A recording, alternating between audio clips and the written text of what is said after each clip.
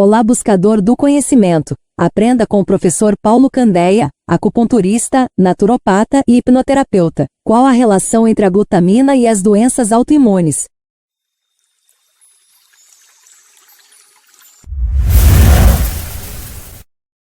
Que bom receber você mais uma vez aqui no nosso canal.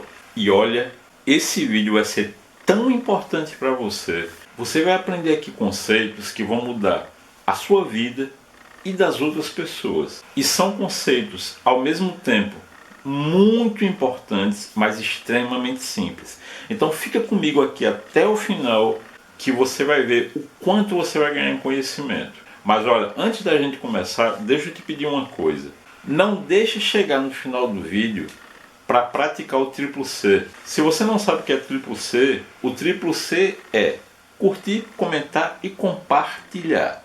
Quando você curte, está dizendo ao algoritmo do YouTube que esse vídeo aqui é relevante e o próprio YouTube vai começar a compartilhar esse vídeo com as outras pessoas.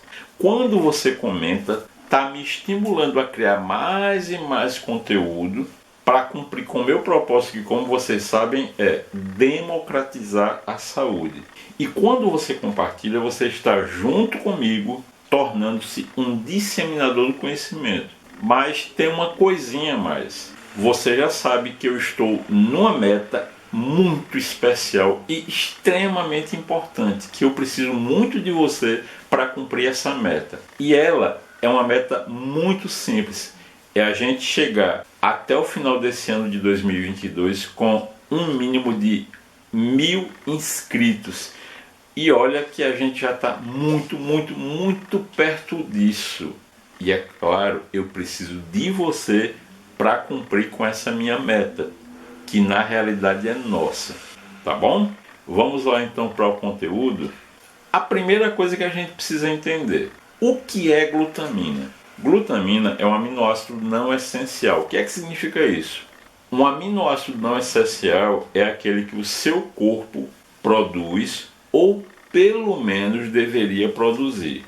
E as duas funções mais importantes da glutamina são, em primeiro lugar, a manutenção do seu sistema imunológico. E para você entender qual a segunda importante função da glutamina, preste atenção na minha explicação. Você vai construir uma casa, você precisa de tijolos. Imagine que essa casa é o seu intestino.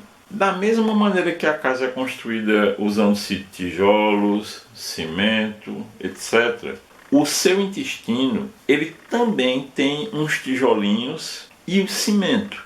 Por que a sua casa precisa ter tijolos fortes? Senão qualquer evento destruiria sua casa. Assim como os tijolinhos do seu intestino também têm que ser fortes. Esses tijolinhos do seu intestino chamam-se enterócitos. Então, o que é que acontece? Para você ter um tijolo grudado no outro na sua casa, você não precisa de cimento. Da mesma maneira, os enterócitos do seu intestino precisam de um cimento para manter eles unidos. Esse cimento é a glutamina. O que é que acontece se começa a faltar cimento no seu intestino? Começa a ocorrer aquilo que é conhecido como síndrome do intestino permeável.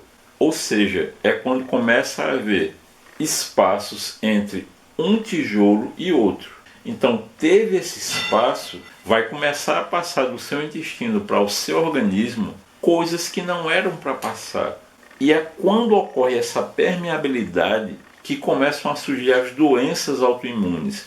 Porque o seu organismo, o seu sistema imunológico vai começar a entender isso que está passando pelo seu intestino, pela permeabilidade, como uma invasão. E ele começa a agredir você. Eu vou citar só algumas coisas que fazem você desenvolver essa síndrome do intestino permeável. Por exemplo, alimentos industrializados, glúten, alimentos inflamatórios e também todos os alimentos que na sua composição entra o glutamato monossódico, que nós temos um vídeo aqui no canal falando só dele. Por exemplo, todos aqueles molhos prontos, eles têm na sua composição o glutamato monossódico. Se você olhar no rótulo, na composição, você vai conhecer porque vai estar lá escrito GMS ou GSM, ou ainda realçador de sabor. Se tiver isso, se tiver um desses três no rótulo, então na composição daquele produto vai ter o glutamato monossódico, que vai começar a desenvolver no seu organismo a permeabilidade intestinal. Nós aprendemos dentro da medicina oriental que a saúde ela começa e termina no intestino. Isso é tão verdade que, para você ter ideia, a ciência hoje sabe que o intestino tem mais neurônios que a sua coluna. Não é incrível isso?